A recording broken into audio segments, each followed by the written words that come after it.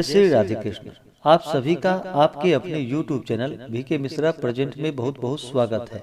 आइए आज आप सब सुनेंगे कार्तिक मास महात्म्य कथा में 18वें अध्याय की कथा। अब तक आपने पिछले अध्यायों का कथा नहीं श्रवण किया हो तो चैनल पे वीडियो अपलोड है, आप वहां से कथा को श्रवण कर सकते हैं। तो बोलिए प्रेम से भगवान विष्णु की जय, माता लक्ष्मी की जय, सर्व देवी देवता की जय। नारद जी बोले, हे राजन, उन बोए हुए बीजों से धात्री, मालती और तुलसी ये तीनों वनस्पतियां उत्पन्न हुई। जो ब्रह्मा की स्त्री के बीज से उत्पन्न हुई वह धात्री, और जो लक्ष्मी के दिए बीज से उत्पन्न हुई वह मालती, और जो गौरी के बीज से उत्पन्न हुई वह तुलसी कहलाई। ये तीनों कर्मशः रजोगुण, सतोगुण और तमोगुण रूप हुई।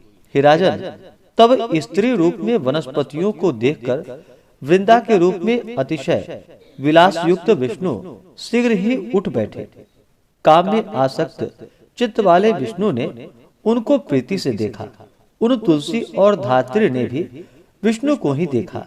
जो बीज लक्ष्मी द्वारा ईर्षा सहित दिया गया था, उस बीज से उत्पन्न स्त्री विष्णु से ईर्षा करने वाली हुई।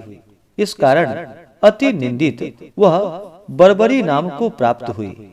और धात्री तथा तुलसी उनमें प्रीति करने से उनकी प्रीति बढ़ाने वाली हुई। तदंतर भूले दुख वाले देवताओं से नमस्कृत विष्णु प्रसन्न हो उन दोनों समेत वैकुंठ भवन को चले गए।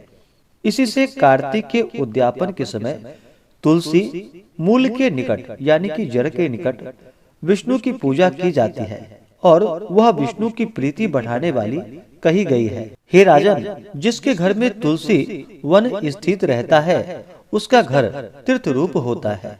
उसमें यमदूत नहीं आते। सब पापों को दूर करने वाले और कामना को देने वाले पवित्र तुलसी के वन को जो पुरुष लगाते हैं वह श्रेष्ठ मनुष्य यमराज का दर्शन नहीं करते। नर्मदा नदी का दर्शन, गंगा जी का स्नान और तुलसी के वन का संसर्ग, ये तीनों समान पुण्य वाले कहे गए हैं। तुलसी लगाने, पालने, सींचने और दर्शन से मनुष्य की वाणी, मन और काया से इकट्ठे किए गए पापों को तुलसी जला देती है।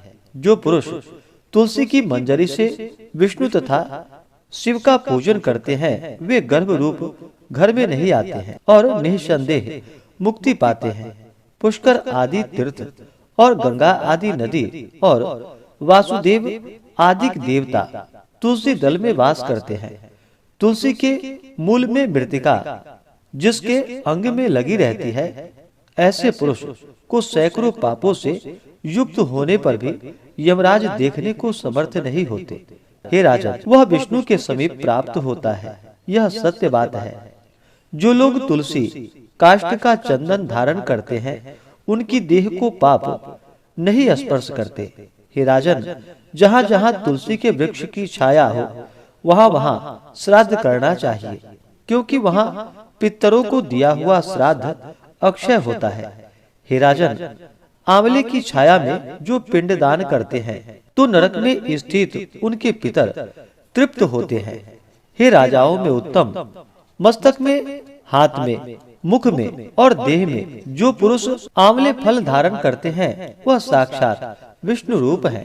आंवले का फल, तुलसी और द्वारका की मृतिका, ये जिसकी देह में नित्य स्थित रहते हैं वह पुरुष जीवन मुक्त कहा जाता है। आंवले के फलों और तुलसी के दलों से मिले हुए जल से जो मनुष्य स्नान करता है उसे गंगा स्नान का फल प्राप्त होता है। जो मनुष्य आंवले के पत्तों या फलों से देवताओं का पूजन करते हैं वे स्वर्ण और मणि और मोतियों के समूह से किए पूजन के फलों को प्राप्त होते हैं। तीर्थ, मुनीश्वर और देवता कार्तिक में तुला राशि के सूर्य होने के समय सदा धात्री के आश्रय में स्थित होते हैं। जो मनुष्य द्वादशी को तुलसी दल तथा कार्तिक में धात्री फल का छेदन करते हैं वे अति निंदित नरक को प्राप्त होते हैं।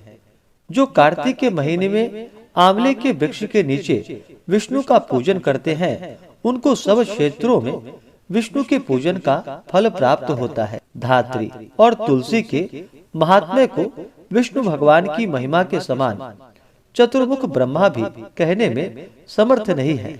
धात्री और तुलसी की उत्पत्ति के कारण को जो मनुष्य भक्ति से सुनते हैं, वह पाप रहित हो अपने पुरुषों समेत उत्तम विमानों में बैठकर स्वर्ग को जाते हैं। तो बोलिए प्रेम से भगवान विष्णु की जय, माता लक्ष्मी की जय, तुलसी माता की जय, धात्री वृक्ष की जय, सर्वदेवी देवता की जय। इसी प्रकार से अगर आप सब आगे के अध्यायों को सुनना चाहते हो, चैनल पे नए हो तो चैनल को लाल बटन दबा करके सब्सक्राइब करें, साथ में बेल आइकन घंटी को दबाएं ताकि वीडियो का नोटिफिकेशन आपको समय से मिलता रहे।